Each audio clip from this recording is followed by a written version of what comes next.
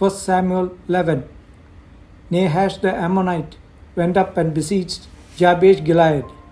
And all the men of Jabesh said to him, "Make a treaty with us, and we will be subject to you."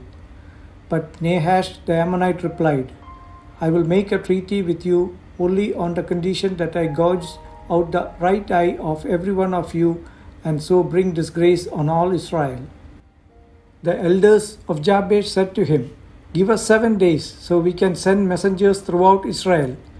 If no one comes to rescue us, we will surrender to you." When the messengers came to Gibeah of Saul and reported these terms to the people, they all wept aloud. Just then Saul was returning from the fields behind his oxen, and he asked, "What is wrong with everyone? Why are they weeping?" Then they repeated to him what the men of Jabesh had said. When Saul heard these words, the Spirit of God came powerfully upon him, and he burned with anger. He took a pair of oxen, cut them into pieces, and sent the pieces by messengers throughout Israel, proclaiming, "This is what will be done to the oxen of anyone who does not follow Saul and Samuel." Then the terror of the Lord fell on the people, and they came out together as one. When Saul mustered them at Bezek, the men of Israel numbered 300,000, and those of Judah 30,000. They told the messengers who had come, "Say to the men of Jabesh Gilead, by the time the sun is hot tomorrow, you will be rescued." When the messengers went and reported this to the men of Jabesh, they were elated. They said to the Ammonites, "Tomorrow we will surrender to you, and you can do to us whatever you like." The next day Saul separated his men into 3 divisions. During the last watch of the night, they broke into the camp of the Ammonites and slaughtered them until the heat of the day. Those who survived were scattered, so no 2 of them were left together. The people then said to Samuel, "Who was it that asked, 'Shall Saul reign over us?'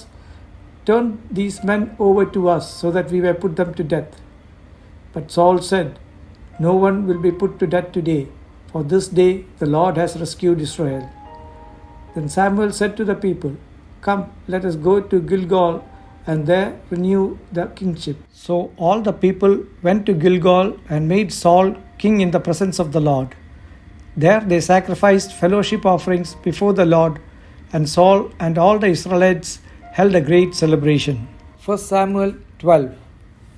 Samuel said to all Israel, "I have listened to everything you said to me, and have set a king over you. Now you have a king as your leader. As for me, I am old and grey, and my sons are here with you. I have been your leader from my youth until this day. Here I stand. Testify against me in the presence of the Lord and his anointed. Whose ox have I taken? Whose donkey have I taken? Whom have I cheated? Whom have I oppressed? From whose hand have I accepted a bribe to make me shut my eyes? If I have done any of these things, I will make it right." "You have not cheated or oppressed us," they replied. "You have not taken anything from anyone's hands." Samuel said to them, "The Lord is witness against you, and also his anointed is witness this day, that you have not found anything in my hand." "He is witness," they said. Then Samuel said to the people, "It is the Lord who appointed Moses and Aaron, and brought your ancestors up out of Egypt. Now then, stand here, because I am going to confront you with evidence before the Lord as to all the righteous acts performed by the Lord for you and your ancestors." After Jacob entered Egypt, they cried to the Lord for help. And the Lord sent Moses and Aaron, who brought your ancestors out of Egypt and settled them in this place. But they forgot the Lord their God, so he sold them into the hand of Sisera, the commander of the army of Hazor, and into the hands of the Philistines and the king of Moab, who fought against them. They cried out to the Lord and said, "We have sinned, we have forsaken the Lord and served the Baals and the Ashtoreths. But now deliver us from the hands of our enemies, and we will serve you." Then the Lord sent Jerubbaal, Barak, Jephthah, and Samuel, and he delivered you from the hands of your enemies all round you, so that you lived in safety. But when you saw that Nahash, king of the Ammonites, was moving against you, you said to me, "No, we want a king to rule over us. even though the Lord your God was your king. Now here is the king you have chosen, the one you asked for. See, the Lord has set a king over you. If you fear the Lord and serve and obey him, and do not rebel against his commands, and if both you and the king who reigns over us follow the Lord your God, good. But if you do not obey the Lord, and if you rebel against his commands, his hand will be against you, as it was against your ancestors. Now then, stand still and see this great thing the Lord is about to do before your eyes. Is it not wheat harvest now? I will call on the Lord to send thunder and rain, and you will realize what an evil thing you did in the eyes of the Lord when you asked for a king. Then Samuel called on the Lord, and the same day the Lord sent thunder and rain. So all the people stood in awe of the Lord and of Samuel. The people all said to Samuel, "Pray to the Lord your God for your servants, so that we will not die, for we have added to all our other sins the evil of asking for a king." "Do not be afraid," Samuel replied. "You have done all this evil, yet do not turn away from the Lord, but serve the Lord with all your heart. Do not turn away after these useless idols. They can do you no good, nor can they rescue you, because they are useless. For the sake of this great name, the Lord will not reject his people, because the Lord was pleased to make you his own. As for me, far be it from me that I should sin against the Lord by failing to pray for you, and I will teach you the way that is good and right. Be sure to fear the Lord and serve him faithfully with all your heart.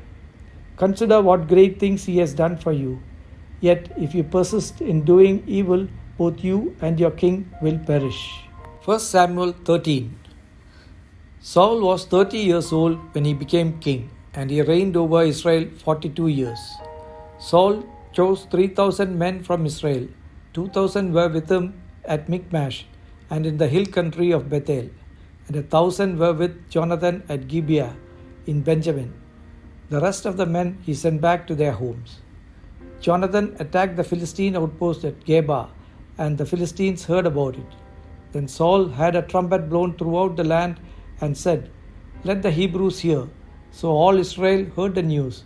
Saul had attacked the Philistine outpost, and now Israel had become obnoxious to the Philistines. And the people were summoned to join Saul at Gilgal. The Philistines assembled to fight Israel with 3,000 chariots, 6,000 charioteers, and soldiers as numerous as the sand on the seashore.